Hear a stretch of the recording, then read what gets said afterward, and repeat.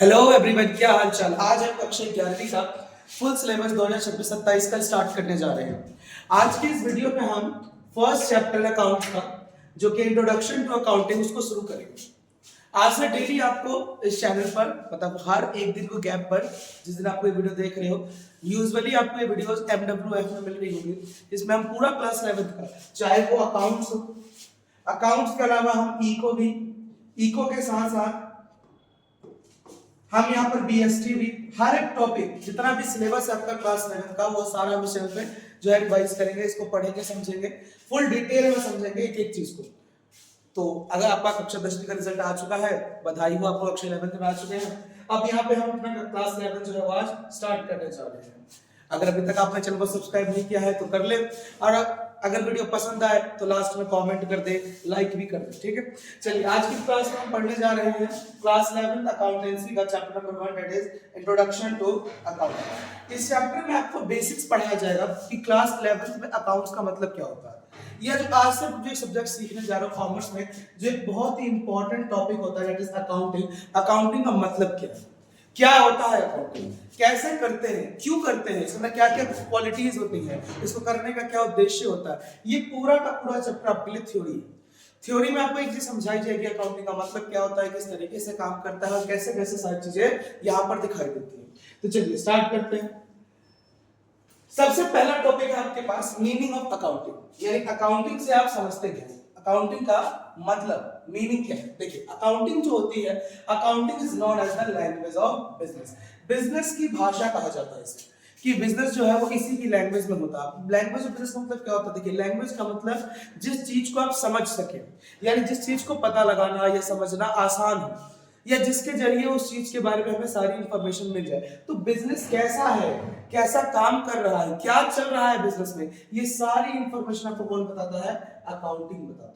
ये सबसे fascinating subject होता है कॉमर्स का। हर किसी को पता है जब आप कॉमर्स पढ़ने के लिए आए हैं तो कॉमर्स में आपको एक चीज तो पढ़नी है, दैट इज अकाउंट्स या अकाउंटिंग जिसे आप कह रहे हैं यहाँ पर। तो अकाउंटिंग का मतलब क्या है, it is a process of recording, summarising and communicating financial information to users. ये एक ऐसा प्रोसेस है जिसके अंदर हम अकाउंट्स के सारी इंफॉर्मेशंस को सबसे पहला स्टेप क्या करते हैं, रिकॉर्ड करते हैं। जब लिख लिया, रिकॉर्ड कर लिया, उसको समराइज करते हैं। समराइज का मतलब उसे बांटना, सिंपल करना, शॉर्ट एंड सिंपल में बदलना। और ये भी हो जाता है तो फिर उस रिजल्ट को हम आगे जो भी उसके यूजर्स, कैसे यूजर्स, फाइनेंशियल यानी जो मनी टर्म्स में उसकी वैल्यू रखते हैं या जिनके लिए ये इंफॉर्मेशन जानना जरूरी है, इन सभी को हम ये इंफॉर्मेशन कम्युनिकेट कर देते हैं यानी बता देते हैं। मींस अकाउंटिंग मतलब क्या हुआ, accounting is the language of business, इसके लिए हम उसमें रिकॉर्ड करना, समराइज करना और साथ ही साथ उसे आगे कम्युनिकेट करना भी सीख रहे हैं। अच्छा, अकाउंटिंग की डेफिनेशन क्या होगी फिर सर, ये तो मीनिंग हो गया बेसिक लेवल लैंग्वेज में। अकाउंटिंग की डेफिनेशन, ये आपके पास डेफिनेशन है जो 1941 में बाय AICPA ने दी थी। अब AICPA क्या होता है, AICPA का मतलब है अमेरिकन इंस्टीट्यूट ऑफ सर्टिफाइड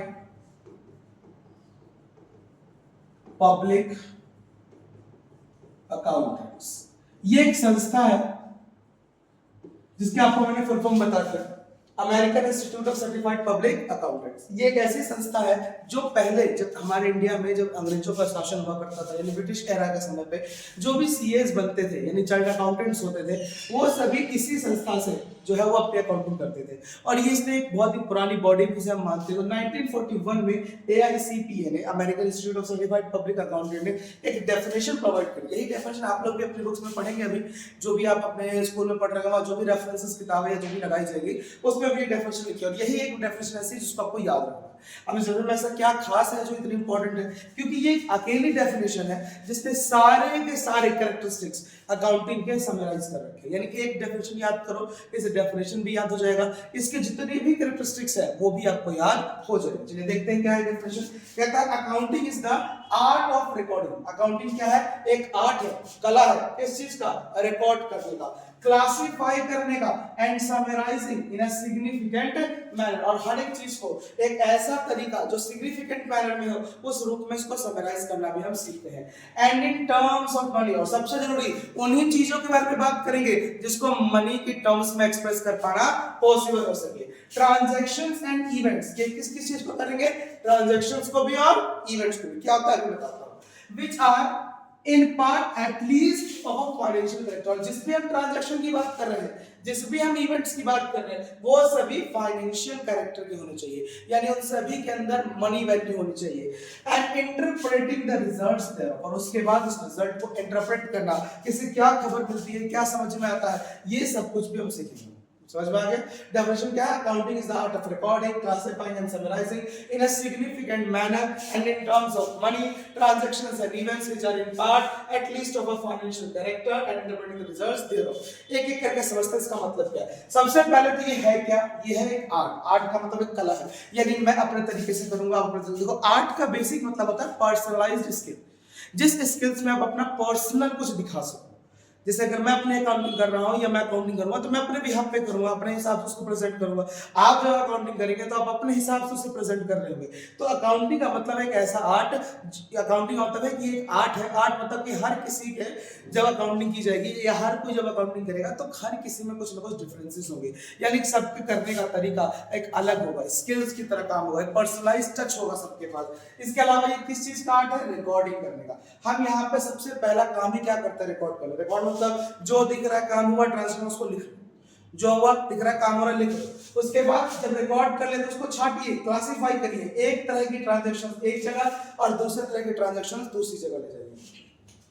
तीसरा स्टेप, हम उन जो भी आपने अभी तक छाटा है उसको समराइज करिए। समराइज करने बाद इससे क्या पता लगा, समराइज मतलब बेसिक चीज मैं कहूं या मनी के टर्म्स से बात करूं तो हम सिर्फ ये जानना चाहते हैं कि आपने अकाउंटिंग कर ली, आपने उसको रिकॉर्ड किया, आपने उसको क्लासिफाई भी कर लिया। अब हमको ये बता दो फायदा हुआ है कि नुकसान हुआ, प्रॉफिट हुआ है कि लॉस हुआ है। तो ये प्रॉफिट या लॉस जब पता लग रहा है, ये कैसे पता लगेगा, जब उसके रिजल्ट को हम क्या करेंगे, समराइज करेंगे और हम बताएंगे जी पूरे साल भर में हमने इतने करोड़ का प्रॉफिट किया या इतने लाख का नुकसान हो गया। ये जो भी आप बता रहे हो क्या कर रहे हैं, आप उसको समराइज कर रहे हो। और ये तीनों ही काम, चाहे वो रिकॉर्डिंग करना हो, चाहे वो क्लासिफाई करना हो, चाहे वो समराइज करना हो, ये सब किस मैनर में होना चाहिए, सिग्निफिकेंट मैनर में। यानी वही तरीका जो अभी तक हमने सीखा है ये अकाउंटिंग में वैलिड है। अपनी अपनी मर्जी से कुछ ज्यादा ही नहीं चला सकते। हाँ, पर्सनल स्किल मिलेगा आपको, हर कोई अपना पर्सनल आर्ट डालेगा, लेकिन प्रोसेस ट्रांजैक्शन करने का तरीका, रूल्स वही होंगे जो अकाउंटिंग ने हमें सिखाए। और यहाँ पे उसी चीज को आप रिकॉर्ड कर सकते हैं, उसी चीज को क्लासिफाई कर सकते हैं या उसी चीज को आप समराइज कर सकते हैं जिसे मनी टर्म्स में मेंशन किया जा सके। मनी टर्म्स मतलब क्या, जिस चीज को आप पैसों में नहीं नाप सकते, मनी में नहीं देख सकते, उस चीज को आप अकाउंटिंग में रिकॉर्ड भी नहीं कर सकते, उसको क्लासिफाई भी नहीं कर सकते और समराइज भी नहीं कर सकते। यानी किसी भी चीज को रिकॉर्ड करना है, क्लासिफाई करना है, समराइज करना है, इन तीनों ही काम के लिए एक बेसिक चीज क्या होनी चाहिए कि वो सभी चीजें मनी में मेजर की जा सके। जैसे एग्जांपल के लिए मैं कहता हूं कि कोई एक व्यक्ति जैसे मिस्टर ए है, और वो mister A is a very hard working.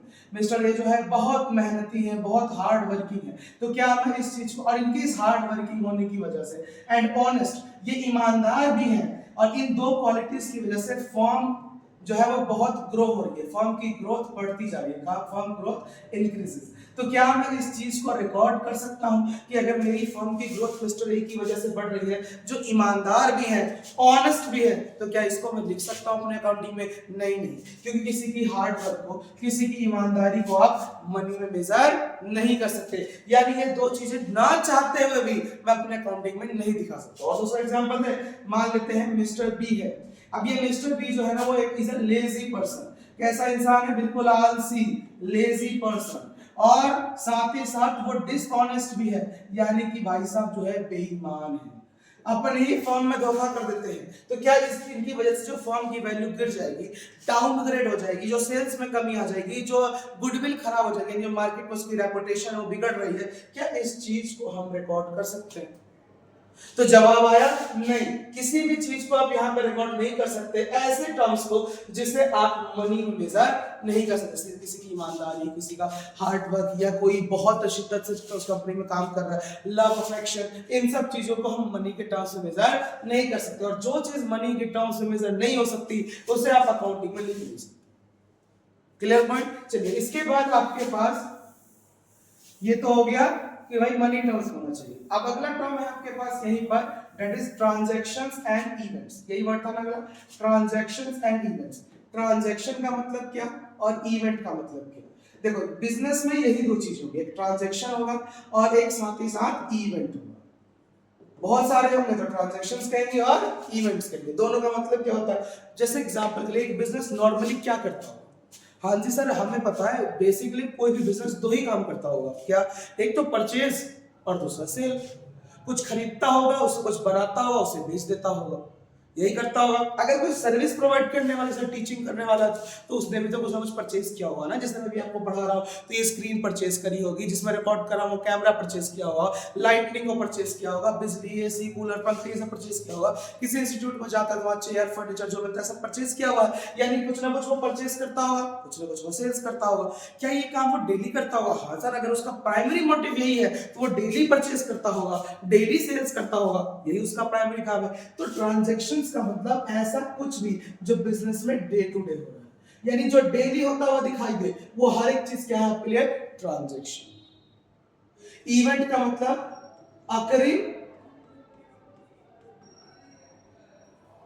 Occurring only few times, जो कुछ समय नहीं होने को दिखाई दे या कई बार भी दिखाई दे, ज्यादा बार होने ना, उसको क्या कहोगे आप? इवेंट्स को। जैसे एग्जांपल के लिए मान लेते हैं mister Ram is a Mr. Ram is a stationery owner। Mister Ram भाई साहब जो है वो स्टेशनरी ओनर है, यानी भाई साहब की दुकान किस चीज की होगी? स्टेशनरी। क्या बेचते होंगे? स्टेशनरी का सामान बेचते होंगे सर। अगर स्टेशनरी का सामान बेचते हैं तो sale purchase of stationery, sale purchase of stationery. क्या उनकी दुकान पर डेली स्टेशनरी बिकती होगी? डेली वो परचेज कर लेते होंगे। ऑब्वियस सी बात है सर, अगर दुकान बहुत बढ़िया चल रहा होगा तो खरीदना और बेचना उनका काम है, यानी ये चीज क्या बन गई? ट्रांजैक्शन बन गई। लेकिन स्टेशनरी की दुकान तो है इनकी, तो स्टेशनरी का बहुत सारा सामान भी आता है और उस सामान को लाने के लिए बहुत सारे कार्टन्स भी आते हैं, उसके अंदर पेपर भी होता है, रैप करके लाया जाता है और काफी कुछ वेस्ट भी आता है। वो सारा वेस्ट ही क्या करते हैं? इकट्ठा करते हैं और वो सारा का सारा वेस्ट जो है वो सेल कर देते हैं। किसको सेल कर देते हैं? कौन ले जाता है सारा का सारा वेस्ट? तो सारा का सारा वेस्ट जो है वो क्या कहते हैं? रिसाइकल करने वालों को दे देते हैं, या दूसरी भाषा में कहूं तो वो कबाड़ी वाले को दे देते हैं। अब ये जो कबाड़ी वाले को ये सारा का सारा वेस्ट ये डेली करते होंगे? जवाब है नहीं।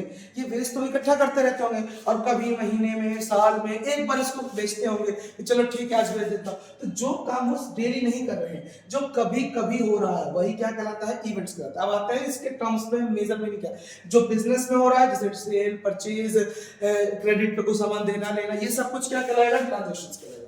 इवेंट्स का मतलब क्या होगा? बेसिकली प्रॉफिट निकालना, लॉस कैलकुलेट करना, इसके अलावा ये देखना कि बिजनेस में कितना कैश फ्लो है, यानी कितना पैसा आ रहा है, कितना पैसा जा रहा है। क्या बोल के इसका समझ में कुछ नहीं आया?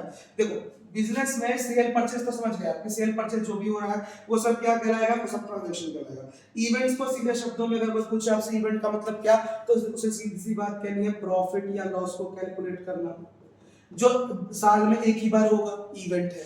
या फिर कैश फ्लो निकालना। कैश फ्लो क्या होता है इसके बारे में जब कक्षा 12वीं में जाएंगे तो पूरा एक चैप्टर पढ़ने को मिलेगा। It's topic of accounting, cash flow. Cash flow मतलब होता है कितना कैश आपके बिजनेस में आ रहा है, कितना कैश आपके बिजनेस से जा रहा है, उस सबको कैलकुलेट करना। तो यहाँ पे हर एक चीज जो ट्रांजैक्शन हो या इवेंट्स हो उन सबको रिकॉर्ड करना, लेकिन ट्रांजैक्शन इवेंट्स वही वाले जो क्या होने चाहिए? फाइनेंशियल कैरेक्टर होना चाहिए। आपको मतलब सर क्या इसमें कोई ऐसा भी इवेंट के ट्रांजैक्शन होता है जो फाइनेंशियल कैरेक्टर का ना हो? हाँ बिल्कुल हो सकता है ना। रिसेप्शन सुना होगा, बर्थडे पार्टी, ओहो बर्थडे पार्टी मनाएंगे गुरुजी।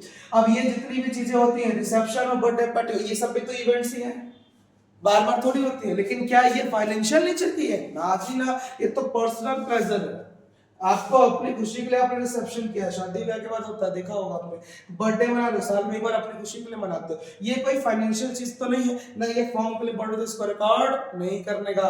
यहाँ से वही रिकॉर्ड होगा जो फाइनेंशियल कैरेक्टर का होगा और वो ट्रांजैक्शन होना चाहिए या फिर इवेंट्स होना चाहिए। रिकॉर्ड कर दिया, प्रॉफिट एंड लॉस भी निकाल दिया। इसके बाद क्या? इसके बाद फॉर्म कहता है आपने रिकॉर्ड भी कर दिया, आपने इससे फाइनेंशियल कैरेक्टर्स ये भी पता लगा लिया कि भैया समराइज करके कि प्रॉफिट हुआ है कि लॉस हुआ है कि कैश हुआ। तो कहता है जब इतना कर लिया है तो आखिरी स्टेप और कर लो, क्या? Interpreting the results thereof. जो रिजल्ट आया है वो इंटरप्रेट करो, समझो और अगलों को बता दो कि ये हुआ है फॉर्म में। यही है आपकी अकाउंटिंग। डेफिनेशन। क्या मतलब, फिर से short and simple, accounting is the art of recording.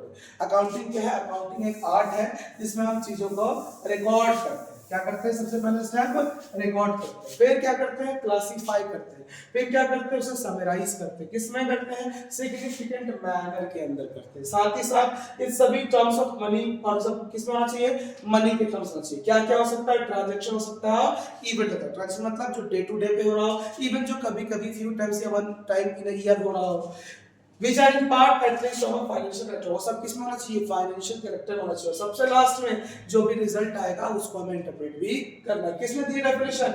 AICPA, American institute of certified public accountants ने। चलिए आगे बढ़ते हैं।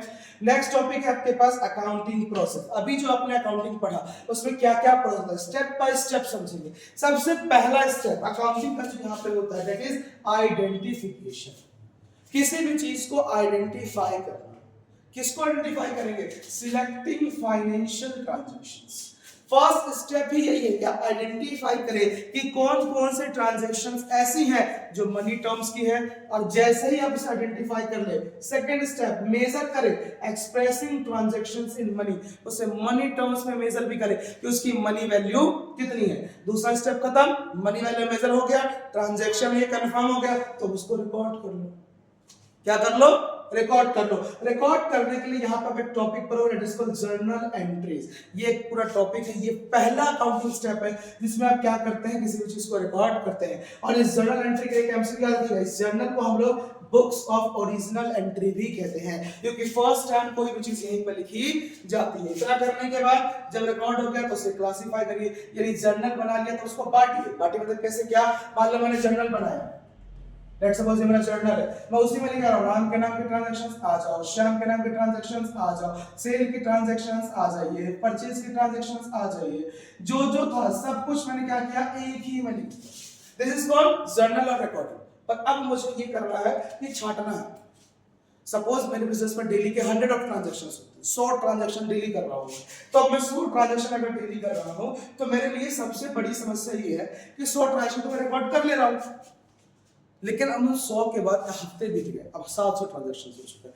अब मैं सिर्फ ये जानना चाहता हूं, राम की बुक बताओ, राम की बुक में क्या क्या ट्रांजैक्शंस थे, क्या क्या उसकी वैल्यूएशन थी। मैं कह रहा भाई साहब छाटना पड़ेगा, बैठो 1 घंटा, एक एक ट्रांजैक्शन उठाऊंगा निकालूंगा, बहुत दिक्कत। कोई आके पूछ लो श्याम का बताओ, फिर से एक एक करके, अच्छा इस तारीख को हुआ था, इस तारीख को हुआ था, इस तारीख को हुआ था, सबको अलग अलग कर रहा हूं। कोई पूछे सेल तो ढूंढ रहा हूं कब सेल हुई, ऐसे तो बहुत दिक्कत है। फिर अकाउंटिंग में तो अब गधे हो फिर, अगर ऐसे काम चल रहा था। तो अगला स्टेप आया जर्नल के बाद लेजर। लेजर का मतलब इन सभी को अलग अलग type of accounts, different type of accounts में बांट दीजिए, यानी सबका separate account, type of separate account, it's a type of separate account. सबके लिए क्या करिए? अलग अलग अकाउंट बना दीजिए। अब मुझे कहते हैं राम का पूछा, ठीक है भाई देखो राम का अकाउंट खोला, ये रेट सब एक ही पेज पे आ जाएगा। ऐसे श्याम का एक पेज पे सेल परचेस सब ऐसे। तो यानी जब सबको बांट दिया जाता है अलग अलग में, that is known as ledger. Ledger posting से हम लोग क्लासिफिकेशन भी कहते हैं। क्लासिफिकेशन के बाद अगला स्टेप होता है समराइजिंग। समराइजिंग में मेजरली 3 चीजें होती है, पहले ट्रायल बैलेंस, दूसरा पीएनएल यानी से प्रॉफिट एंड लॉस कहते हैं, और उसके बाद बैलेंस शीट। क्या होता है सर तीनों? देखो आपने अकाउंटिंग कर ली, जगह में सबको लिख लिया, हाँ जी बिल्कुल लिख लिया, फिर आपने कहा कि इसमें तो बहुत मिक्स हो गया, छांटना है, तो क्लासिफाई भी कर लिया, यानी सबके लिए अलग अलग लेजर भी बना दिए। जितने लोग उतने लेजर बनते चले गए आपके, ठीक है समझ आ गया। मान लो आपके लेजर में 100 क्लाइंट्स, तो 100 लेजर होंगे, बेसिक बात है सर 100 लेजर होंगे, और कुछ basic ledger sale purchase cash book purchase ये सब तो होने ही होने, तो ये और जोड़ लो, तो 104 105 ऐसे कुछ लेजर्स होंगे आपके पास। अब समस्या ये है कि एज ए मैं बिजनेस चलाता हूँ, मेरी ये अकाउंटिंग मैंने अपने स्टाफ से करा ली या अकाउंटेंट से करा ली, मुझे बैठ के अकाउंटिंग चेक करनी, 31 मार्च आ चुका, मुझे इस दिन अकाउंटिंग चेक करनी है, मैं कैसे करूँ? तो समस्या ये है कि अगर मैं आपको बिजनेस में देखने की जरूरत है, किताब उठाओ चेक कर लो, आप बिल्कुल चेक कर सकते हैं, पर मेरे पास ना समय थोड़ी होगा, मैं तो बिजनेस करता हूँ, मैं तो ओनर हूँ, और मेरा काम तो बिजनेस में सेल परचेज पे ध्यान देना है, ना कि अकाउंट में लगे रहना। अगर मैं अपने 2 3 4 5 घंटे इसी पे लगा दूंगा तो बेफालतू मेरा टाइम बर्बाद होगा। तो मतलब मैं ये चाहूंगा कि ऐसा करो, ठीक है आपने अकाउंटिंग कर ली, पर मुझे एक सिंगल शीट ऑफ पेपर दे दो, यानी एक पीस ऑफ पेपर जिसपे सारे अकाउंट्स और सबका बैलेंस। मुझे नहीं जानना कि राम ने कब क्या किया है, मुझे बता राम की पेमेंट कुल कितनी करनी है या कितना रिसीव करना है। श्याम से कितना मुझे पैसा मिलना है, कितना देना है, कितने का डॉलर परचेज वाइज सालाना ये बता दो, कितने का सेल्स वाइज ये बता दो, मुझे ये बताओ ये हुआ, मैं तुम्हें देखना चाहता हूँ, मेरे को इतना टाइम भी नहीं, मुझे सिर्फ वैल्यू से मतलब है। तो उसे सिंगल शीट ऑफ पेपर को हम लोग ट्रायल बैलेंस कहते हैं, यानी सारे अकाउंट्स की बैलेंसेस एक ही पेज पे आते हैं, ठीक है। फिर इस ट्रायल बैलेंस की वजह से हम बनाते हैं प्रॉफिट एंड लॉस, जिससे हम निकालते हैं प्रॉफिट, हुआ है कि प्रॉफिट, लॉस हुआ होगा तो लॉस। और आखिरी चीज होती है बैलेंस शीट। बैलेंस शीट क्या होता है? इस स्टेटमेंट को हम लोग वैसे तो फाइनेंशियल पोजीशन भी कहते हैं। क्या कहोगे? Financial position. फाइनेंशियल पोजीशन का मतलब इस बैलेंस शीट की मदद से हम ये पता लगाते हैं कि हमारी कंपनी की आज वैल्यूएशन कितनी है। मतलब ये नहीं कि मालिक के पास पैसा कितना है, मतलब ये कि आज आपकी कंपनी की टोटल वैल्यू कितनी है, जिसमें हम आपके बिजनेस के सारे properties, AC, fridge, cooler, furniture सब जोड़ देंगे और जितने कर्जे हैं वो भी देख लेंगे, और इसको क्या कहेंगे? बैलेंस शीट कहते हैं। और इसमें अभी आपको आगे सीखेंगे भी लास्ट तक, बैलेंस शीट एक ऐसा स्टेटमेंट होता है इसमें दो कॉलम्स होते हैं, कुछ इस तरीके से बनता है, एक तरफ सारे के सारे कर्जे होते हैं और एक तरफ सारी की सारी प्रॉपर्टीज होती है, और हमेशा ये दोनों क्या होने चाहिए? बराबर होना चाहिए। अगर इक्वल आ गया मतलब आपकी बैलेंस शीट मैच हो चुकी है और आपने बिल्कुल सही अकाउंटिंग करी है। समराइज कर लिया। इसके बाद अगला स्टेप है छठा, एनालिसिस एंड इंटरप्रिटेशन। आप रिजल्ट को एनालाइज करिए और उसको इंटरप्रेट करिए, उसे निकालिए क्या क्या बेनिफिट है, अच्छा कितना रेट ऑफ बढ़ गया है हमारा प्रॉफिट, कितना रेट ऑफ डिक्रीज हो गया, सब कैलकुलेट करिए। इसमें हम अंडरस्टैंड करना सीखते हैं पूरे फाइनेंशियल रिजल्ट्स को। जब ये भी कर लिया तो आखिरी स्टेप कम्युनिकेट कर दीजिए, जो भी इसके यूजर्स हैं, जो लोग इस इंफॉर्मेशन को पढ़ना चाहते हैं, देखना चाहते हैं, जैसे सरकार देखना चाहती है ताकि वो आपसे टैक्स कलेक्ट कर सके, जिससे आपके यहाँ पे काम करने वाले एम्प्लॉइज देखना चाहते हैं कि जाके हमने मेहनत करी तो मालिक हमको भी इस फायदे में कुछ बोनस देंगे। इसी तरीके से जिनसे आप उधार लेते हो वो भी देखना चाहते हैं कि ये गधा हमको अपना उधार चुका भी पाएगा कि नहीं, तो चले खुद इसके पास कुछ ना हो तो इसलिए वो भी चेक करते हैं। तो इस तरीके से ये पूरा आपका अकाउंटिंग प्रोसेस हो जाता है। अगर मैं फ्लो चार्ट के रूप में बात करूं तो कुछ इस तरह का दिखाई देता है ये। इसमें number 1 step identify analyse transaction, सारे ट्रांजैक्शन को आइडेंटिफाई करिए, एनालाइज करिए। जब वो कर लिया, नंबर 2 सबको जर्नल में रिकॉर्ड कर लीजिए। जब रिकॉर्ड कर लिया, नंबर 3 सबको पोस्ट कर करके लेजर बना लीजिए, छाड़ दीजिए, लेजर बन गया। नंबर 4 सबको जोड़ करके ट्रायल बैलेंस बनाइए। ट्रायल बैलेंस के बाद उसको एनालाइज करिए, एनालाइज करके जो भी उसमें गलतियां वगैरह हो रही हैं उस गलतियों को फिक्स करिए। ये स्टेप बीच में गया था, मिस्टेक्स भी तो चेक करेंगे। उसके बाद आप वही trial balance, profit and loss balance sheet सब बनाइए, जिसे हम शॉर्ट में फाइनेंशियल स्टेटमेंट्स कहते हैं, वो क्रिएट करिए। वो कर लिया, उसका किताबों को क्लोज कर दीजिए, बंद कर दीजिए, and this is your total complete accounting cycle चलता रहता है। अच्छा, एक और चीज मैं आपको यही बता देता हूं, नॉर्मली आप लोगों ने सुना होगा एक ईयर का मतलब क्या होता है? सर कहते हैं साल का मतलब जनवरी से लेकर दिसंबर तक। जनवरी से दिसंबर क्या होता है? साल होता है। इस ईयर को हम लोग कैलेंडर ईयर कहते हैं। क्या कहेंगे?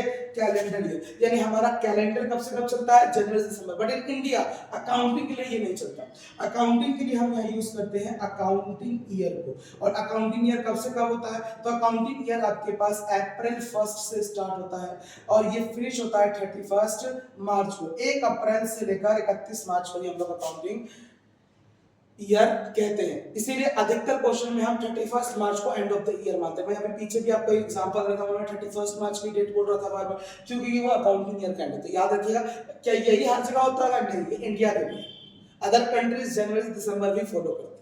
ठीक है, चलिए इसके बाद आगे बढ़ते हैं। नेक्स्ट टॉपिक है हमारे पास accounting as a source of information. Accounting क्या है? एक ऐसा सोर्स है जिससे हमें जानकारी प्राप्त होती है। पढ़ते हैं इसके बारे में, इसका मतलब क्या है, इस टॉपिक का कहना क्या चाहते हैं। Accounting serves as information system. Accounting क्या है? एक इंफॉर्मेशन सिस्टम की तरह है that link business activities with decision makers. जो बिजनेस के होने वाले काम और उसके लिए लेने जाने वाले डिसीजन के बीच में एक लिंक का काम करता है। ऑब्वियस सी बात है, मैं अकाउंटिंग देख करके तो डिसीजन लूंगा, मुझे लगेगा कि लॉसेस हो रहे हैं तो अपना बिजनेस को कंट्रोल करने की कोशिश करूंगा ताकि लॉसेस कम हो जाए। अगर मुझे लगेगा प्रॉफिट हो तो मैं और ग्रोथ की कोशिश करूंगा कि ये प्रॉफिट और बढ़ता रहे, और बढ़े नहीं तो एटलीस्ट मेंटेन रहे, कभी लॉस में ना जाए हमारा बिजनेस। तो ये सारी चीजें हम कैसे पता लगेगा? यानी हमने जो डिसीजन लेने वाले हैं, और अकाउंटिंग को ही तो हमने इंफॉर्मेशन सिस्टम बनाया, अकाउंटिंग के जरिए ही तो पता लगाया कि बिजनेस चल रहा है कि नहीं चल रहा, ग्रोथ होगा कि नहीं होगा, और फिर उसके हिसाब से पूरी अकाउंटिंग करती है। इट प्रोसेस रॉ डाटा, जो रॉ डाटा जिसमें तक कोई चेंजेस नहीं कर सकते। शब्दों में जितने इनवॉइस, जितने भी रिसिप्ट्स है। इनवॉइस रिसिप्ट क्या होता है पता नहीं? पता? शॉर्ट में सुन लीजिए। इनवॉइस का मतलब ये एक ऐसा डॉक्यूमेंट होता है जब हमसे कोई उधार में सामान खरीदता है या बाद में पेमेंट के लिए सामान खरीदता है तो उसको जो हम बिल बना के देते हैं इसको इनवॉइस। और जब वो पैसा हमें दे रहा होता है, जब वो पैसा रिसीव हो जाता है, तो हम उसको बना के देते हैं रिसिप्ट। तो ये सारे रो डाटा है, इन सबको यूज करते हैं। और यूजफुल इंफॉर्मेशन यानी फाइनेंशियल स्टेटमेंट्स, फाइनेंशियल स्टेटमेंट का मतलब वही profit and loss, balance sheet, ये सब बनाते हैं, जिससे यूजर्स को सारी जानकारी अपने हिसाब से, अपने चॉइस के हिसाब से पता चल जाती है। यानी आज के समय में बिजनेस को खुद से कुछ बताने की जरूरत नहीं होती कि मालिक हमारा बिजनेस बहुत अच्छा चल रहा है, हम बहुत ग्रोथ कर रहे हैं, ना बाबू ना नहीं जानना तुम क्या कर रहे हो नहीं कर रहे हो। तो हमको क्या दिखाओ, अपनी अकाउंटिंग दिखाओ। अकाउंटिंग ओके तो सब ओके। फिर आपके मन में किसी न किसी भी सवाल जरूर आना चाहिए कि सर समझ गए हम, यानी मैं कुछ भी कहूँ नहीं मानेगा सामने वाला, उसको मेरी अकाउंटिंग ही बताएगी सब कुछ, तो मैं अकाउंटिंग में ही फेरबदल कर देता हूँ। कर सकते हैं, हाँ कर सकते हैं, लेकिन ऐसा होगा नहीं ज्यादा। क्यों? क्योंकि अकाउंटिंग जब भी आप करते हैं उसको वेरीफाइबल या सही तभी माना जाता है जब उस अकाउंटिंग की आप क्या करवा लेते हैं, ऑडिट करवा लेते हैं। ऑडिट करता कौन है? ये ऑडिट करके देते हैं सीए, यानी सीए की स्टैंप लगा देगा, सीए मतलब चार्टर्ड अकाउंटेंट, और वो वेरीफाई कर देगा सेंसर के साथ कि हाँ ऑल ओके है। और जिस दिन ये काम हो गया उस दिन कंपनी आंख बंद करके भरोसा करती है कि हाँ ये फर्म ऑडिट हो रखी है, यानी इस फर्म में कोई प्रॉब्लम नहीं है। क्यों? क्योंकि सीए का प्रोफेशनल में भरोसा दिला देता है। अगर कल को ऑडिट के बाद अगर कोई प्रॉब्लम लेकर के आती है तो पर्सनली सीए फंसेगा, तो नहीं क्या अकाउंटिंग करी भाई, और फिर इसके ऊपर रिमांड लगेगा, हमर नहीं लगेगा। तो कहीं ना कहीं हमें समझ में आ गया कि अकाउंटिंग जो भरोसेमंद क्यों होती है, क्योंकि सीएस पे कर देते हैं, इसलिए आपको कुछ करने की जरूरत नहीं, अपनी अकाउंटिंग दिखाओ, अकाउंटिंग सब कुछ बता देगा। इसके बाद नेक्स्ट आता है आपके पास ऑब्जेक्टिव्स ऑफ अकाउंटिंग। अकाउंटिंग करने का उद्देश्य क्या क्या है, क्यों करना है अकाउंटिंग, क्या मकसद है इसके पीछे? तो सबसे पहला उद्देश्य होता है मेंटेनेंस ऑफ रिकॉर्ड्स। जितने भी ट्रांजैक्शंस हुए आपके बिजनेस में सबको मेंटेन करना इसका पहला उद्देश्य। मेंटेनेंस के बाद कैलकुलेशन ऑफ प्रॉफिट और लॉस, आपको बिजनेस में क्या प्रॉफिट हुआ, कब लॉस हुआ, ये कैलकुलेट करना इसका उद्देश्य है। डिपिक्शन ऑफ फाइनेंशियल पोजीशन, आज आपकी क्या वैल्यू है, आपकी क्या नेटवर्थ है, यानी क्या पोजीशन है, जो बैलेंस शीट से पता लगती है, ये पता लगाने के लिए आपको अकाउंटिंग करनी है। प्रोवाइडिंग इंफॉर्मेशन, जो भी लोग आपके बिजनेस की जानकारी चाहते हैं इन्वेस्ट करने के लिए, आपको लोन देने के लिए, या आपकी कंपनी के जरिए टैक्सेस कलेक्ट करने के लिए सरकार भी जाना चाहती है, इन सबको इंफॉर्मेशन प्रोवाइड करने के लिए भी मैं काम करते हैं। अब यहाँ पे एक वर्ड लिखा हुआ मिलेगा आपको, स्टेक होल्डर। स्टेक होल्डर मतलब वो जो आपकी कंपनी का हिस्सा रखते हैं, से शेयर होल्डर्स भी कह सकते हैं, कि जो हमारी कंपनी में इन्वेस्ट करके हमारी कंपनी का कुछ परसेंट हिस्सा ले लेते हैं और उसे अपनी कंपनी की तरह उसमें काम कर रहे होते हैं। और सबसे लास्ट में प्रोटेक्टिंग बिजनेस एसेट्स, बिजनेस में सब ओके है कि नहीं, कुछ चोरी तो नहीं हो गया, सारे के सारे प्रॉपर्टीज, एसेट्स मतलब सब कीमती चीजें, वैल्यूएबल प्रॉपर्टीज वगैरह सब ठीक ठाक है कि नहीं, इन सब की जानकारी के लिए हमें अकाउंटिंग करनी पड़ती है, ताकि कोई मिसमैनेजमेंट ना हो, कुछ भूले नहीं, कुछ छूटे नहीं, सब लिख करके रखें। तो ये सारे इसके मेजर उद्देश्य होते हैं जिसके लिए हम अकाउंटिंग करते हैं। चलिए नेक्स्ट आता है, नेक्स्ट हमारे पास एडवांटेजेस ऑफ अकाउंटिंग। अकाउंटिंग करने का फायदा क्या है? पहला फायदा है प्रोवाइड सिस्टमैटिक रिकॉर्ड। अगर अकाउंटिंग करते हो तो सारी जानकारी सिस्टमैटिक रूप से आपको मिलती रहेगी। दूसरा फायदा फैसिलिटेट्स कंपैरिजन, आप कंपेयर कर पाओगे किस किस रूप में, ईयर टू ईयर। अच्छा कंपैरिजन बता देता हूं, दो प्रकार से कंपैरिजन होते हैं, एक होता है इंट्रा स्टेट और एक होता है आपके पास इंटर स्टेट। एक होता है इंट्रा स्टेट और एक होता है इंटर स्टेट। दो प्रकार से कंपेरिजन होता है। इंट्रा का मतलब सेम फर्म, एक ही फर्म जो होगी। इंट्रा का मतलब क्या होगा? सेम फर्म, यानी जो फर्म है वही फर्म कंपैरिजन कर रही होगी ईयर टू ईयर, यानी वही फर्म ईयर टू ईयर अपने फर्म में कंपैरिजन कर रही है ईयर टू ईयर, तो वो क्या कहलाएगी? इंटर। जैसे अगर मेरी फर्म है, मैं ही अपनी फर्म की अकाउंटिंग को इस साल की अकाउंटिंग को पिछले साल या पिछले 2 सालों से कंपेयर कर रहा हूं, मैं इंट्रा फर्म कंपैरिजन कर रहा हूं, इंट्रा स्टेट कंपैरिजन कर रहा हूं। इंटर स्टेट का मतलब same type of firms, same type of firms, between same type of firms, यानी वो कंपैरिजन में मैं अपनी कंपनी को अपनी कंपनी जैसे दूसरी कंपनी से कंपेयर कर रहा हूं। मतलब क्या? जैसे मान लो मेरी कंपनी मारुति है, तो मैं मारुति है तो मैंने अपनी कंपनी का कंपैरिजन जो है महिंद्रा से कर दिया कि महिंद्रा की सेल्स कितनी हुई है, मारुति की सेल्स कितनी है। मैंने अपनी कंपनी मारुति है, लेकिन मैं देख रहा हूं कि महिंद्रा के साथ मेरा क्या सेल चला, मतलब मैंने तो इस साल 10 लाख कमाए, तो क्या महिंद्रा ने कितने कमाए? महिंद्रा तो 12 लाख कमा गया, मुझसे 2 लाख ज्यादा कमा गया। तो ये कंपैरिजन क्या कहलाएगा? आपका इंटर स्टेट कंपैरिजन कहलाएगा। यानी जब एक कंपनी अपने आप को दूसरी कंपनी के साथ कंपेयर करने लग जाए तो इंटर स्टेट है। और अगर आप अपनी ही कंपनी को अलग अलग ईयर्स में कंपेयर कर रहे हो, पिछले साल मैंने क्या कमाया था, इस साल क्या कमा रहा, तो वो इंटर स्टेट कंपैरिजन कहलाएगा। ओके चलिए नेक्स्ट आता है आपके पास का फायदा evidencing in a court of law. मैंने बताया ना आपको सीएस पे स्टैम्प करते हुए एक एविडेंस बन जाता है, यानी लोग भरोसा करते हैं उस पे कि बिल्कुल सही है अकाउंटिंग, तो आप कोर्ट में इसको सबूत के रूप में भी यूज कर सकते हैं अकाउंटिंग। इसका एडवांटेज है। इसके साथ साथ ये मैनेजमेंट को मदद करता है डिसीजन लेने में, assist management in decision making, decision लेने में मदद करेगा। और last facilitates the settlement of tax liabilities, और जो भी आपके ऊपर टैक्स वगैरह बनता है या सरकार चाहती है उन सबको पे करने में भी आपको मदद करता है आपके अकाउंटिंग। अकाउंटिंग बताता है कि आपका प्रॉफिट एक्चुअली हुआ कितने का, फिर आप उस प्रॉफिट के हिसाब से टैक्सेस जो है वो आप पे कर देते हो। समझ में आया? चलिए इसके बाद ये थे आपको फिर से बता दूं, नंबर 1 था यहाँ पर आपके पास प्रोवाइड सिस्टमैटिक रिकॉर्ड, सारी चीजों को सिस्टमैटिकली रिकॉर्ड करना सीखते हैं हम यहाँ पर। दूसरा फैसिलिटेट्स कंपैरिजन, हम यहाँ पे कंपेयर करना सीखते हैं अलग अलग कंपनीज के बीच में भी और अपनी फर्म को अलग अलग ईयर्स के बीच में भी। कोर्ट में एज एविडेंसेस को इस्तेमाल कर सकते हैं, असिस्ट मैनेजमेंट डिसीजन मेकिंग वगैरह में इसका यूज कर सकते हैं, और लास्ट में टैक्स लायबिलिटीज को पे करने में भी इसका इस्तेमाल किया जा सकता है। चलिए इसके बाद नेक्स्ट आता है आपके पास अगला टॉपिक है बस लिमिट्स। अच्छाइयां तो पता कर ली, अब कुछ कमियां भी होंगी। कमियां क्या क्या है लिमिटेशंस? पहली कमी है इग्नोर्स क्वालिटेटिव एलिमेंट्स। यहाँ पे कहीं ना कहीं वो चीजें जो क्वालिटेटिव है, मतलब जिसे हम मनी में मेजर नहीं कर सकते, नॉट मेजर्ड इन मनी, जिसको पैसों में मेजर कर पाना संभव नहीं है, उन सभी चीजों को हम यहाँ पे स्किप कर देते हैं। उन सभी चीजों को हम यहाँ पे चाह करके भी मेजर नहीं कर पाते हैं, यानी स्टाफ, जैसे स्टाफ का मोरल, उसका जो मोटिवेशन, ये सब कुछ हम मेजर नहीं कर पाएंगे, कमी है। दूसरा based on historical cost. Historical cost क्या, आपकी किताब में जितनी भी चीजें लिखी जाती हैं वो जितने में आपने परचेज करी है हमेशा उसी कॉस्ट में लिखी जाएगी। जैसे मान लो अगर मैंने कोई एसेट, कोई मशीनरी 10 लाख में खरीदी, तो मेरी किताब में उसकी वैल्यूएशन कितनी रहेगी? 10 लाख। आज भी 10 लाख है, कल भी 10 लाख होगा, आने वाले 10 साल के बाद वो किताब में कितनी रहेगी? 10 लाख। यानी वो हिस्टोरिकल कॉस्ट पे ही चलता रहेगा। अभी मार्केट वो महंगा हो गया, सस्ता हो गया, उसका इन्फ्लेशन डिफ्लेशन हो गया, उन सबसे कोई फर्क नहीं पड़ता, अकाउंटिंग में नहीं दिखेगा। यानी मान लो मेरी किताब मुझे 10 लाख की है, पर जब मैं अपने अकाउंटिंग 6 महीने बाद देखता हूँ तो भी कितने का दिखती है? 10 लाख। पर आज बाजार में उसकी 25 की हो चुकी है, तो वो नहीं रहेगा, आपको 10 लाख की दिखाई देगा। ये प्रॉब्लम है। अगली चीज अफेक्टेड बाय पर्सनल बायस और एस्टिमेट्स। कई बार कुछ चीजों को हम अनुमानित रूप में भी लिखते हैं, तो कहीं ना कहीं वो इंसान जो होता है जिसको अनुमानित रूप में लिख रहा है वो पर्सनली बायस्ड हो जाता है, यानी वो अपने हिसाब से उसमें फेरबदल कर देता है या अपने फायदे के हिसाब से उसका इस्तेमाल करने लगता है। Next risk of window dressing. यहाँ विंडो ड्रेसिंग का खतरा रहता है। विंडो ड्रेसिंग मतलब क्या होता है? मैनिपुलेटिंग फिगर्स, यानी डिजिट्स में बदलाव कर देना, कि प्रॉफिट 8,000 का उसको 8 को 18,000 बना रहे हैं ताकि पता नहीं लगेगा किसी को, तो ऐसे भी विंडो ड्रेसिंग में किया तो उसको एडजस्ट भी कर दिया जाता है। बेसिकली लूपहोल होता है, प्लस माइनस एडजस्ट कर दो, पता नहीं लगता जल्दी। वो तो जब कोई गहन चिंतन करेगा, जब अकाउंटिंग को सही से चेक करेगा तो खबर मिलती है कि ओ बता कुछ रहा है और हुआ कुछ और ही है। और इसके बाद लास्ट नॉट फुल रियलिस्टिक, और कभी भी हम पूरे अकाउंटिंग को रियल नहीं बोल सकते। क्यों नहीं बोल सकते कि बताता हूँ। जैसे मान लो मैंने 31 मार्च को अकाउंटिंग है, बहुत ही बेसिक टर्म बता रहा हूँ, जिससे आपको समझ में आ जाएगा रियल का मतलब क्या होता है। रियलिस्टिक मतलब कि अगर आज मैं अकाउंटिंग कर रहा हूँ बिल्कुल एक्सेप्ट होना चाहिए नहीं।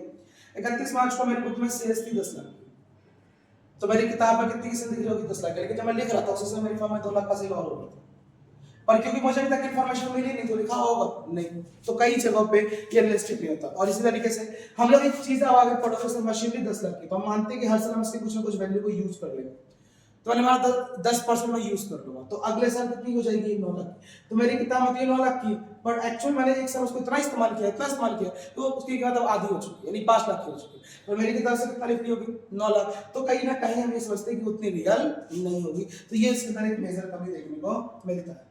इसके बाद नेक्स्ट आता है types of accounting information. Accounting information कौन कौन से प्रकार के होते हैं? तो नॉर्मली आपके पास अकाउंटिंग इंफॉर्मेशन 3 टाइप्स की होती है। सबसे पहला इंफॉर्मेशन रिलेटिंग टू प्रॉफिट और सरप्लस। सबसे पहली इंफॉर्मेशन जो आपको यहाँ से मिलती है वो प्रॉफिट हुआ है या बढ़ा है उसके बारे में पता लगता है। इसके लिए आप इनकम स्टेटमेंट बनाते हैं जिसे हम लोग प्रॉफिट एंड लॉस भी कहते हैं। दूसरी इंफॉर्मेशन जो आपको यहाँ से मिलती है फाइनेंशियल पोजीशन की, जिसके लिए आप क्या बनाते हैं? बैलेंस शीट बनाते हैं। और तीसरी इंफॉर्मेशन होती है कैश फ्लो की, जिसके लिए आप कैश फ्लो स्टेटमेंट को बनाते हैं, जिससे आप पता करते हैं कि आपकी फॉर्म में कितना इनफ्लो और कितना आउटफ्लो। तीन इंफॉर्मेशन, पहला प्रॉफिट या लॉस का प्रॉफिट एंड लॉस से, दूसरा फाइनेंशियल पोजीशन का बैलेंस शीट से, और तीसरा कैश फ्लो के जरिए कैश फ्लो स्टेटमेंट वगैरह के बारे में आपको पता चलता है। चलिए अगला टॉपिक आता है आपके पास users of accounting information database. Part में पूछा था ना कम्युनिकेट करना होगा इसे यूजर्स को। कौन कौन से यूजर्स? ये थोड़ा इंपॉर्टेंट भी है। 2 प्रकार के यूजर्स पढ़ने हैं आपको यहाँ पर। एक होता है इंटरनल यूजर्स, एक अभी हम इसके अगले नेक्स्ट क्लास में पढ़ेंगे एक्सटर्नल यूजर्स के बारे में। इंटरनल और एक्सटर्नल क्या क्या होगा? इंटरनल यूजर्स कहते हैं वो यूजर्स जो फॉर्म के अंदर के लोग हैं, जो फॉर्म के अंदर जाना चाहते हैं। एक्सटर्नल जो फॉर्म के बाहर के लोग हैं और वो फॉर्म के बारे में जाना चाहते हैं। तो फॉर्म के अंदर सिर्फ 3 ही लोग हो सकते हैं, ओनर्स, मैनेजमेंट, एम्प्लॉइज। ओनर्स को क्यों चाहिए जानकारी? ताकि वो प्रॉफिट या लॉस जान सके, वो अपने कैपिटल की सेफ्टी को इंश्योर कर सके, जो पैसा उसने इन्वेस्ट किया वो सेफ है, वो बढ़ रही है, उसे पता लगे। मैनेजमेंट, ताकि वो प्लान कर सके, कंट्रोल कर सके और अपने बिजनेस के लिए डिसीजंस ले सके, इसलिए उसे जानना है। एम्प्लॉयज, ताकि वो बोनस डिमांड कर सके, वो अपने जॉब की सिक्योरिटी को समझे, अगर काम हो रहा है, फायदा हो तभी तो उसकी जॉब है। कल को मालिक को फायदा नहीं होगा तो उसको मालिक क्या करेगा? उसको मना करेगा जॉब में पैसा नहीं देने के लिए। तो इन सब चीजों के लिए उसे जानना पड़ता है। एक्सटर्नली कौन कौन होगा? तो एक्सटर्नली आपके पास टोटल ये सारे लोग होंगे। सबसे पहला इंसान बैंक या लेंडर। बैंक के मतलब लेंडर जो आपको उधार पैसे देता हो, ये क्यों देखना चाहेगा? आपकी क्रेडिट वर्थिनेस और रिपेमेंट कैपेसिटी के लिए। ये देखेगा कि अगर पैसा है कि नहीं और आप दोबारा रीपे करने की हालत में हो भी या नहीं, इसलिए। दूसरा इन्वेस्टर, इन्वेस्टर क्यों देखेगा? ताकि वो ये तय कर सके कि उसे आपकी कंपनी के शेयर्स खरीदने हैं कि बेचने हैं। क्रेडिटर्स, क्रेडिटर्स वो होते हैं जो आपको उधार पर सामान देते हैं। ये लोग क्यों देखना चाहेंगे? ताकि वो ये देख सके क्या बिजनेस कल को जो सामान बेच रहा है उसके बदले उसे पैसा दे पाएगा या नहीं दे पाएगा। गवर्नमेंट और टैक्स अथॉरिटीज, किसने ऑब्वियस सी बात है, tax payment, GST, income tax, इन सब चीजों की पेमेंट मांगनी है, इनको इसलिए देखते हैं। और हम जैसे कंज्यूमर्स या पब्लिक क्यों जानना चाहते हैं? ये हम जानने के लिए to know the contribution of the business to society and price stability, ताकि हम ये जान सके कि ये बिजनेस हमारे सोसाइटी में, हमारे समाज में क्या क्या कंट्रीब्यूट कर रहा है और क्या इसकी चीजों की कीमतें बढ़ेगी, ज्यादा है या कम है। कैसे पता लगेगा? जब बहुत मुनाफा बन रहा हो तो सोच में अगर वो मतलब सामान बनता कम का है, हमको बेचता ज्यादा का है, तो फिर आप इस पर सवाल कर सकते हैं कि प्राइस कम किया जाए ताकि हमें भी फायदा हो सके। इसके बाद आता है quality characteristics of accounting information. हम अकाउंटिंग के अंदर कुछ क्वालिटीज या कुछ गुण पाए जाते हैं। ये एक सबसे इंपॉर्टेंट टॉपिक में से कई बार पीवाईक्यूज में ये सवाल आया हुआ है और आपको इसके डेफिनेशंस लिख करके समझा के आनी होती है। सबसे पहला क्वालिटी कैरेक्टरिस्टिक्स है रिलायबिलिटी। रिलायबिलिटी का मतलब होता है भरोसा। क्यों? The information must be factual, verifiable and free from bias. यहाँ जो भी जानकारी मिलती है वो फैक्चुअल होती है, इसको वेरीफाई कर पाना पॉसिबल है, वो किसी न किसी आधारित फैक्ट, इनवॉइसेस या बिल्स पर होता है और ये बायस से फ्री होता है। रिलेवेंस, जो भी डाटा आप यहाँ पे देखते हैं वो हर समय अवेलेबल रहेगा, जो यूजर्स को डिसीजन लेने में मदद करता है और रिलेवेंट डाटा है। ऐसा नहीं कि आज बेटा और अकाउंटिंग मुझे 1900 की मिल रही है ना, आज की अकाउंटिंग मिलेगी, आज जो कंपनी गलत होगी वो पता लगेगी। अंडरस्टैंडेबली, इसे समझ पाना आसान होना चाहिए और ये होता भी, इसको प्रेजेंट इतने क्लियर मैनर में करते हैं कि हर एक मुझे इसे आसानी से समझ सकता है। कंपैरेबिलिटी, इसे कंपेयर किया जाता है अलग अलग बिजनेस से, इवन अपने ही फर्म से अलग अलग पीरियड में दूसरे फर्म्स के साथ भी कंपेयर किया जाता है। तो ये मेजर कुछ क्वालिटी होती है। पहले रिलायबिलिटी, भरोसा, रिलेवेंस, जिस समय का देखें उस समय का डाटा मिलेगा, अंडरस्टैंडेबली समझ में आएगा और कंपैरेटिव से कंपेयर कर पाना भी संभव होगा। और the last one topic is role of accounting in business. Business में अकाउंटिंग का क्या रोल होता है? आज के समय में बिजनेस में अकाउंटिंग का सबसे पहला रोल है, it's a service activity.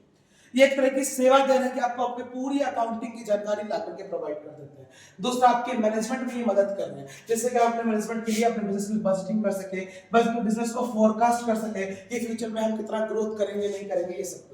Legal requirements, जो भी आपको अपनी कंपनीज के लिए लीगली, कानूनी वैधता के लिए चाहिए, वो सब आपको यहाँ से मिल पाता है, जैसे कंपनी एक्ट वगैरह में जो बताया गया या टैक्स में बताया गया, वो सब पूरे कौन कर देता है? अकाउंटिंग करता है। और आखिरी इसके बाद फाइनेंशियल हेल्थ, एक तरीके से ये कंपनी का बैरोमीटर होता है जो कंपनी के सक्सेस और फेलियर को चेक करता रहता है कि कंपनी ग्रो होगा, फेल होगा, बेकार जा रहा है, अच्छा प्रॉफिट नहीं हो रहा है, ये सब कुछ बता पाता है और इसके हिसाब से हम स्ट्रेटजीज भी बना पाते हैं। और आखिरी चीज सोशल रिस्पांसिबिलिटी, समाज के लिए लोग क्या कर रहे हैं पता लगता है। Help in reporting how much the business has spent on environmental और सोशल कॉजेस। हम ये देख पाते हैं कि ये जो फर्म है ये पर्यावरण पर और सोसाइटी के कॉजेस पर क्या क्या काम कर रहा है। ये था एक basic intro of chapter number 1, introduction to accounting. हो सकता है इसमें भी कुछ टर्म्स आपको गायब दिख रहे होंगे क्योंकि आपका जो सिलेबस एनसीईआरटी का चैप्टर नंबर 1 वो काफी लेंथी है, तो इसको सेकंड पार्ट में लगाएंगे तो बहुत सारी डेफिनेशंस और जो कुछ टर्म्स रह गए हैं उसको भी कर रहे होंगे। अगर समझ में आया हो तो बताएं, अगर कोई डाउट हो तो कमेंट करें और साथ ही साथ डेली हम टीटीएस में हम मिलेंगे, इसमें ट्यूसडे, थर्सडे और सैटरडे को या तो अकाउंट्स या बिजनेस या इको हम इसे कंप्लीट कर रहे होंगे। और सितंबर में आपके एग्जाम्स है, उससे पहले हम ये सारा सिलेबस कंप्लीट भी करेंगे, रिवाइज भी करेंगे। अगर आपको ये नोट्स वगैरह भी चाहिए हो तो आपको एटीसी क्लासेस इस ऐप पर चले जाएं, ये हमारा खुद का ऐप है ये, उस पर आपको फ्री नोट्स के सेक्शन में क्लास 11 में आपको ये सारे नोट्स और ये पीडीएफ डॉक्यूमेंट फॉर्मेट में लगे हुए मिल जाएंगे, जहां से आप इन सभी चीजों को नोट डाउन कर सकते हैं, अपने पास फ्यूचर के लिए संभाल कर रख सकते हैं। और इसी तरीके से आपको अगर समझ में आया हो तो बताएं। अगली कक्षा में मिलते हैं, अगली कक्षा तक के लिए good bye, thank you so much.